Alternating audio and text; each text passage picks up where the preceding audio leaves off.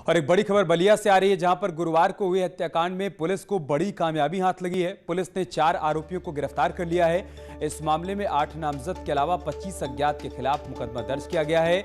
मुख्य आरोपी धीरेन्द्र सिंह अब भी पुलिस की गिरफ्त से बाहर है। पुलिस उसकी तलाश कर रही है। इसके लिए जगह जगह दबिश भी दी जा रही है।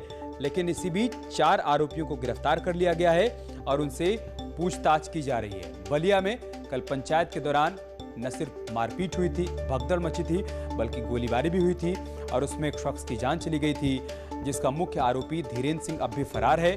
पुलिस ने 4 आरोपियों को गिरफ्तार कर लिया है।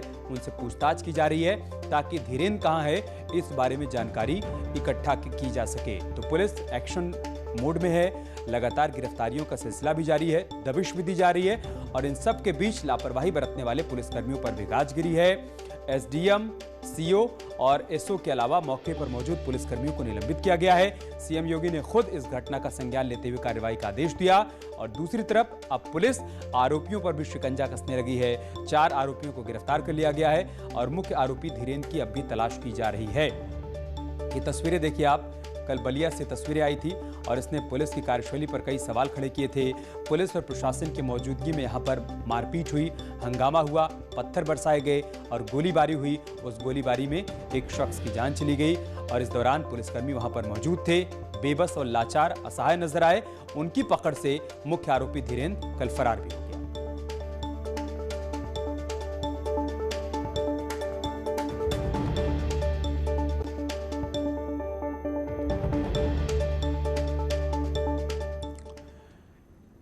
और इस बीच बलिया हत्याकांड पर विधायक का बेशर्मी भरा बयान भी सामने आया है। हत्यारे के समर्थन में उतर आए हैं बलिया के विधायक सुरेंद्र सिंह का आरोपी के समर्थन में बयान सामने आया है।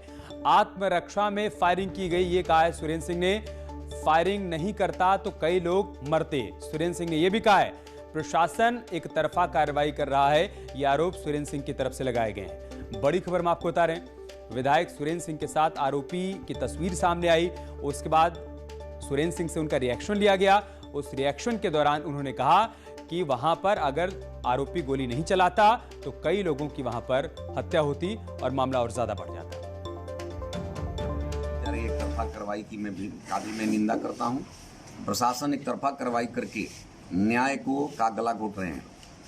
जब एक तरफ से 6 महिलाएं चोटिल होकर के हॉस्पिटल में भर्ती हैं और एक आदमी बनारस रेफर हो चुका है, उनकी पीड़ा को कोई नहीं देख रहा। यह जरूर है कि गोली की घटना अच्छी नहीं है, लेकिन यदि वो आत्मरक्षा में गोली, धीरेन्द्र सिंह यदि आत्मरक्षा में गोली नहीं चलाया होता तो कम से कम उसके परिवार के दर्जनों लोग मार दिए गए होते और उनके गोल दर्जनों लोग मार दिए गए होते। बैरिया विधानसभा क्षेत्र का मैं विधायक हूँ और धीरेन्द्र प्रताप सिंह जी हमारे चुनाव में, लोकसभा के भी चुनाव में एक सहयोगी कार्यकर्ता के रूप में हमारा सहयोग, भारतीय जनता पार्टी का सहयोग किए हैं। तो मैं कैसे कह सकता हूं कि मेरा सहयोगी नहीं है? बिल्कुल ही इसको मैं बिल्कुल मैं झूठ नहीं बोलता। हकीकत है कि हम बीजेपी का वो सहयोगी था, लेकिन चूँकि गलत गोलीकांड जो है दुर्भाग्यपूर्ण है, इसको हम लोग अच्छा नहीं मानते। रही बात यह कि वो भाजपा के सहयोग में रहता था, लोकसभा चुनाव में भी और विधानसभा चुनाव में भी।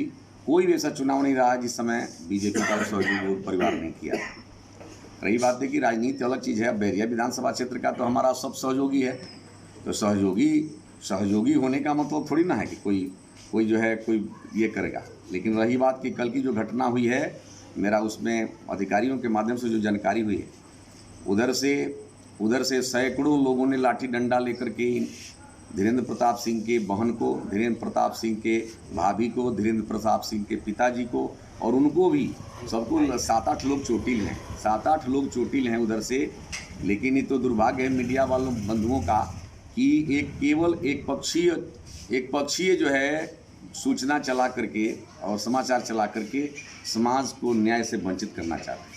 हकीकत ये है कि गोली कांड अच्छा नहीं है, ये दुर्भाग्यपूर्ण है, इसको अच्छा नहीं कहा जा सकता। लेकिन उसके पहले जो घटना हुई है, सब अधिकारी वहाँ मौजूद शायद रहे हैं, सब लोग जानते हैं, हम लोग तो सुने हैं पब्लिक के माध्यम से कि वहाँ पर पहले वही लोग मारपीट चालू किए हैं। 7-7, 8-8 जो है महिलाएं घायल हैं एक बुजुर्ग घायल है जिनका बलिया हॉस्पिटल में दो पुरुष घायल हैं बलिया हॉस्पिटल में जिनका इलाज चल रहा है और उसकी चर्चा कोई नहीं करता है। तो भाई हम तो मीडिया के भाइयों से ज़रूर आग्रह करूँगा कि समाज को बचाना चाहिए और मीडिया और पत्रकारिता सही तथ्य रखने के लिए होता है, गलत तथ्य रख करके समाज को जलाने के लिए नहीं होता है। रही बात हमारा एक वीडियो वायरल भी कर रहे हैं भाई, हम लोग लोकसभा का चुनाव जीते, विधानसभा का चुनाव जीते, हम नगर पंचायत चुनाव जीते और हमारे यहाँ तो जन्मदिन की बधाई लेने देने भी तमाम लोग आया करते हैं, हमारा वो सहयोगी रहा है। और बलिया से मनीष इस वक्त हमारे साथ जुड़ चुके हैं। मनीष, विधायक जी न सिर्फ आरोपी के बचाव में उतर आए हैं बल्कि जी लगाकर उसको संबोधित कर रहे हैं, कह रहे हैं धीरेन्द्र प्रताप सिंह जी। ये क्या कनेक्शन है विधायक जी से? ये अमित, देखिए इस पूरी घटना में इससे ज्यादा शर्मनाक बयान अभी तक नहीं आया था। घटना के बाद से पुलिस की निष्क्रियता पर, लापरवाही पे तो सवाल जरूर उठ रहे थे, लेकिन किसी पुलिस अफसर का भी इस तरह का बयान नहीं आया था जैसा बयान अभी बीजेपी विधायक सुरेंद्र सिंह ने दिया है, जो कि किसी के भी गले के नीचे नहीं उतरेगा। पहले से ही ये बात बार बार कही जा रही थी कि मुख्य आरोपी धीरेन्द्र सिंह बैरिया के विधायक सुरेंद्र सिंह का खास है, करीबी है। मृतक के परिजनों ने भी ये आरोप लगाया था कि विधायक सुरेंद्र सिंह की सह पर ही, उनके दम पर ही मुख्य आरोपी धीरेन्द्र सिंह गांव में खुलेआम गुंडागर्दी किया करता था, जिसका नतीजा कल खुली पंचायत के दौरान देखने में भी आया। 500-600 की भीड़ में उसने फायरिंग की और एक व्यक्ति की जान चली गई। उसके बाद अभी तक पुलिस मुख्य आरोपी को तलाश ही रही है, लेकिन इसी बीच बैरिया के विधायक खुद मीडिया के सामने आते हैं और इस तरह का बयान देते हैं जो कि बेहद शर्मनाक और खुद उनके कृत्यों पर सवाल खड़ा कर रहा है। ठीक है, शुक्रिया मनीष आपका हमारे साथ जुड़ने के लिए और जानकारी हम तक पहुंचाने के लिए। तो विधायक जी मीडिया कर्मियों को पत्रकारिता सिखा रहे हैं, ये भूल गए हैं कि वो एक आरोपी जिसके ऊपर हत्या का आरोप लगा है उसका बचाव कर रहे हैं, कह रहे हैं कि उसने आत्मरक्षा में गोली चलाई और दूसरी तरफ जी कहकर उसको संबोधित कर रहे हैं, उसे सम्मान भी दे रहे हैं। तो कल बलिया में क्या कुछ हुआ था वो आप दूसरी तस्वीर में देख सकते हैं और पहली तस्वीर जो आप देख पा रहे हैं, आरोपी धीरेन्द्र सिंह के साथ विधायक सुरेंद्र सिंह की तस्वीर वायरल हो रही है और सुरेंद्र सिंह बाकायदा आरोपी के बचाव में उतर आए हैं। वो कह रहे हैं कि उसने वहां पर जो कुछ भी किया, अगर गोली चलाई तो आत्मरक्षा में गोली चलाई। इधर बलिया हत्याकांड पर सीएम योगी बेहद सख्त हैं, मौके पर मौजूद अधिकारियों को सस्पेंड किया गया है, एसडीएम, सीओ और एसएचओ को सस्पेंड किया गया है। यूपी में अपराध बर्दाश्त नहीं किया जाएगा, सीएम योगी बार बार ये बात कहते रहे हैं, एक बार फिर से उनकी तरफ से बात दोहराई गई है। उन्होंने इस घटना का संज्ञान लेते हुए सख्त कार्रवाई के निर्देश दिए, जिसके बाद एसडीएम, सीओ और एसएचओ के साथ साथ मौके पर मौजूद तमाम पुलिसकर्मियों को सस्पेंड कर दिया गया है।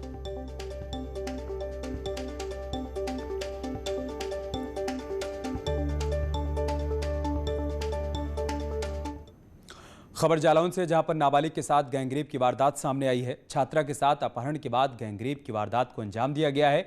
पुलिस ने आरोपियों को गिरफ्तार कर लिया है। उरई कोतवाली क्षेत्र की घटना है। बड़ी खबर जालौन से हम आपको बता रहे हैं, रेप का मामला सामने आया है। नाबालिग के साथ गैंगरेप की वारदात को अंजाम दिया गया है। छात्रा का पहले अपहरण किया गया और उसके बाद उसके साथ गैंगरेप किया गया। पुलिस ने फिलहाल आरोपियों को गिरफ्तार कर लिया है, उनसे पूछताछ की जा रही है। जालौन के उरई कोतवाली का यह मामला है। संवाददाता प्रदीप हमारे साथ जुड़ चुके हैं। प्रदीप, क्या जानकारी इस खबर के बारे में?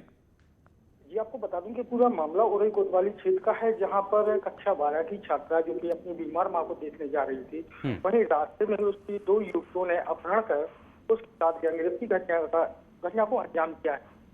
लेकिन वहीं पुलिस ने तत्परता दिखाते हुए जैसे ही मामला संज्ञान में आता है और प्रार्थना पत्र मिलता है तो मुकदमा दर्ज आरोपी की तलाश देते हैं और देखा जाए तो 18 घंटे के अंदर पुलिस दोनों आरोपियों को गिरफ्तार करने में सफलता प्राप्त की। ठीक है, शुक्रिया आपका हमारे साथ जुड़ने के लिए और जानकारी तक पहुंचाने के लिए।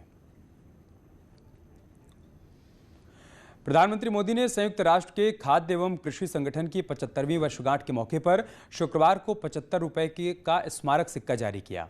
कार्यक्रम को संबोधित करते हुए पीएम ने कहा कि कोरोना के दौरान भारत के किसानों ने पिछले साल के उत्पादन को रिकॉर्ड स्तर तक पहुंचा दिया, तो सरकार ने गेहूं, धान, दाल की खरीद के पुराने रिकॉर्ड को तोड़ दिया है।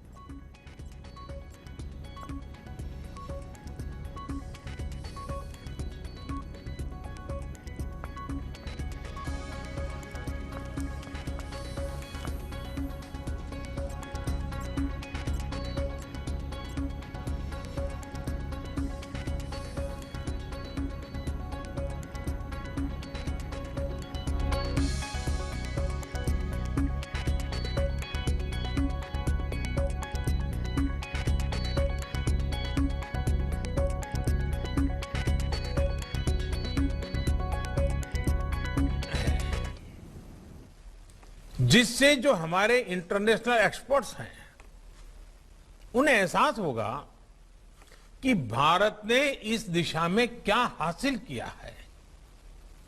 क्या आप ये जानते हैं कि साल 2014 तक सिर्फ 11 राज्यों में फूड सिक्योरिटी एक्ट लागू था और उसके बाद ही ये पूरे देश में प्रभावी तरीके से लागू हो पाया।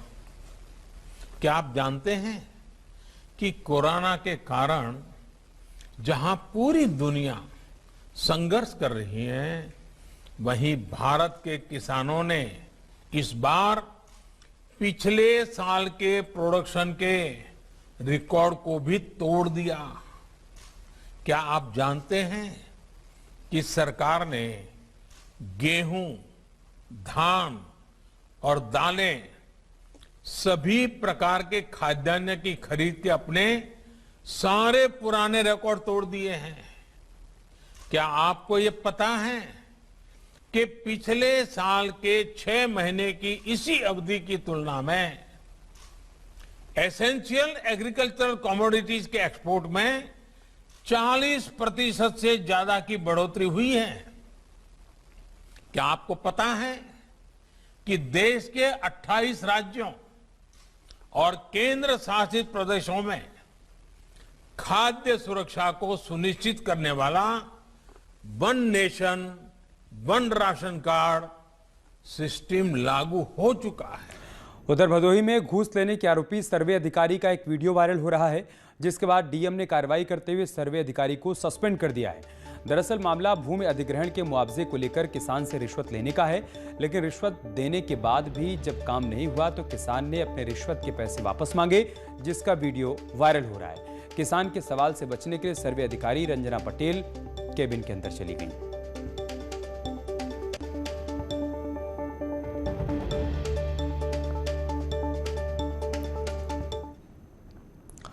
गाजीपुर में रफ्तार का कहर देखने को मिला है। ट्रक ने पैदल चल रही महिलाओं को रौंद दिया और इस हादसे में 3 महिलाओं की मौत हो गई है। 4 महिलाएं घायल हुई हैं। जमानिया इलाके के मंझरिया गांव में हादसा हुआ है। गंगा स्नान करने जा रही थी ये महिलाएं। हादसे के बाद ट्रक ड्राइवर मौके से फरार हो गया है। दर्दनाक हादसा हुआ है गाजीपुर में। रफ्तार का कहर देखने को मिला है। तेज रफ्तार ट्रक ने पैदल चल रही महिलाओं को रौंद दिया, जिससे 3 महिलाओं की मौके पर मौत हो गई। 4 महिलाएं गंभीर रूप से घायल हुई हैं। उनको हॉस्पिटल रेफर किया गया है। और जमानिया इलाके के मंझरिया गांव में हादसा हुआ। बताया जा रहा है कि जिस वक्त हादसा हुआ सभी महिलाएं गंगा स्नान करने के लिए जा रही थी, तभी तेज रफ्तार ट्रक ने उनको रौंद दिया और ड्राइवर मौके से फरार हो गया। संत कबीरनगर में भी तेज रफ्तार ट्रक ने सड़क किनारे खड़ी बस को टक्कर मार दी, जिससे बस सवार 4 यात्री गंभीर रूप से घायल हो गए। ये घटना देर रात की है। बताया जा रहा है कि बस देवरिया से लखनऊ जा रही थी। जब बस नेदुला चौराहे पर पहुंची तो बस का टायर पंक्चर हो गया, जिसके बाद दूसरा टायर लगाया जा रहा था, तभी ट्रक ने बस में पीछे से टक्कर मार दी।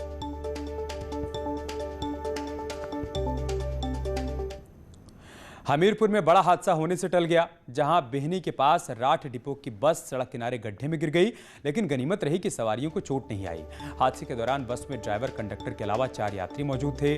बस लखनऊ से राठ जा रही थी। बताया जा रहा है कि ड्राइवर को नींद आने के चलते यह हादसा हुआ। यूपी में आबादी वाले इलाकों में अजगर निकलने के मामले लगातार सामने आ रहे हैं। जालौन और आगरा में अजगर निकलने से हड़कंप मच गया। 2 तस्वीरें हम आपको दिखाएंगे। पहली तस्वीर जालौन की होगी, जहां पर डाकोर के मुहाना गांव में 10 फीट लंबा अजगर निकला। तो दूसरी तस्वीर आगरा के इत्मादौला इलाके की है, जहां पर थाना परिसर में अजगर निकलने से हड़कंप मच गया। सिपाही ने अजगर को बोरे में बंद कर सुरक्षित स्थान पर ले जाकर छोड़ दिया। तो 2 तस्वीरें सामने आई हैं, एक जालौन से, एक आगरा से। यहाँ पर रिहायशी इलाकों में अजगर के निकलने से हड़कंप मच गया। 10 फीट लंबा अजगर जालौन में निकला, जिसके बाद उसे सुरक्षित स्थान पर ले जाकर छोड़ दिया गया। आगरा से भी ऐसी तस्वीर सामने आई। यहाँ तो थाना परिसर के भीतर ही अजगर निकला, जिससे वहाँ पर हड़कंप मच गया। बाद में देखिए सिपाही ने हिम्मत जुटाते हुए उसे एक बोरी में डाला और फिर ले जाकर छोड़ दिया। बिहार चुनाव में सीएम योगी की मांग है। सीएम की बिहार में ताबड़तोड़ रैलियों का कार्यक्रम भी तय कर दिया गया है। केंद्रीय नेताओं को छोड़कर यूपी के मुख्यमंत्री की बिहार में सबसे ज्यादा रैलियां रखी गई हैं। पहले चरण में बिहार के अलग अलग 6 स्थानों पर सीएम योगी की रैलियां होनी है। बड़ी खबर हम आपको बता रहे हैं, सीएम योगी की भारी डिमांड है बिहार चुनाव में। बीजेपी के तमाम प्रत्याशी चाहते हैं कि उत्तर प्रदेश के मुख्यमंत्री योगी आदित्यनाथ उनके लिए बिहार में आकर चुनावी रैली करें ताकि उनको जन समर्थन मिल पाए। और जो कार्यक्रम अब तक तय किए गए हैं उन कार्यक्रमों में सबसे अधिक रैलियां सीएम योगी आदित्यनाथ की रखी गई हैं। केंद्रीय नेताओं के मुकाबले उनकी रैलियां कहीं ज्यादा हैं। सबसे ज्यादा रैलियां सीएम योगी की ही तय की गई हैं। पहले चरण में ही बिहार के अलग अलग 6 स्थानों पर सीएम योगी की रैलियां रखी गई हैं। अनामिका हमारे साथ जुड़ चुके हैं लखनऊ से। अनामिका, वैसे तो जब कभी भी चुनाव होता है तो सीएम योगी हिंदुस्तान के अलग अलग हिस्सों में बीजेपी के लिए प्रचार करने के लिए जाते हैं, लेकिन बिहार में उनकी डिमांड कुछ ज्यादा ही है। देखिए अमित, वैसे तो इससे पहले भी जिन भी राज्य में चुनाव हुए हैं, आपको याद होगा असम, त्रिपुरा, मणिपुर, इसके अलावा दिल्ली में चुनाव जब थे तभी मुख्यमंत्री योगी आदित्यनाथ की रैलियां तय की गई थी। वैसे भी जहां जहां मुख्यमंत्री ने प्रचार किया वहां सीटों में इजाफा हुआ है पार्टी के, और पार्टी को भी ये लगता है कि उत्तर प्रदेश के मुख्यमंत्री योगी आदित्यनाथ जिस भी तरीके से भाषणों के जरिए या फिर गोरखपुर में जिन लोगों की आस्था है उनके जरिए कहीं ना कहीं वोटरों पर अच्छा खासा प्रभाव भी है। लिहाजा बिहार में जिस तरीके से कार्यक्रम तय किए गए हैं उसमें ये बताया जा रहा है कि दिन में 18 रैलियां होंगी, लेकिन जो कारवां शुरू होगा रैलियों का वो 20 अक्टूबर से शुरू होगा। 20 अक्टूबर को बिहार के कैमूर में, अरवल में और रोहतास में मुख्यमंत्री की 3 रैलियां होंगी। 20 अक्टूबर को मुख्यमंत्री सुबह 9 बजे निकलेंगे बिहार के लिए। पहली जो जनसभा होगी वो 12 बजे होगी, दूसरी 2 बजे होगी और तीसरी 3:15 बजे होगी। तो पहली जो डेट है वो तय हो गई है और वहाँ के कार्यक्रम भी तय कर दिए गए हैं। इसके बाद ये माना जा रहा है कि चरणवार जिस तरीके से वहाँ पे डिमांड आ रही है उसके हिसाब से कार्यक्रम तय किए जाएंगे। अब महत्वपूर्ण ये भी है स्पीच की जिस तरीके से अभी कोरोना काल में प्रवासी भारतीयों को, प्रवासी जो बिहार के लोग थे या यूपी के लोग थे, आने का काम किया गया या अलग अलग जगहों पे जो लोग फंसे हुए थे उनको बिहार वापस भेजा गया।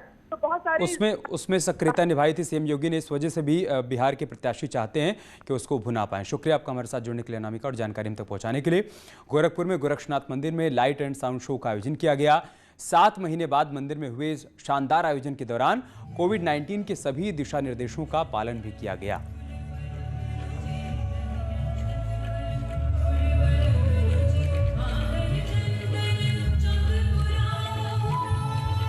और चलिए इसके साथ इस बुलेटिन में इतना ही। खबरें जारी हैं, आप बने रहिए हमारे साथ। नमस्कार।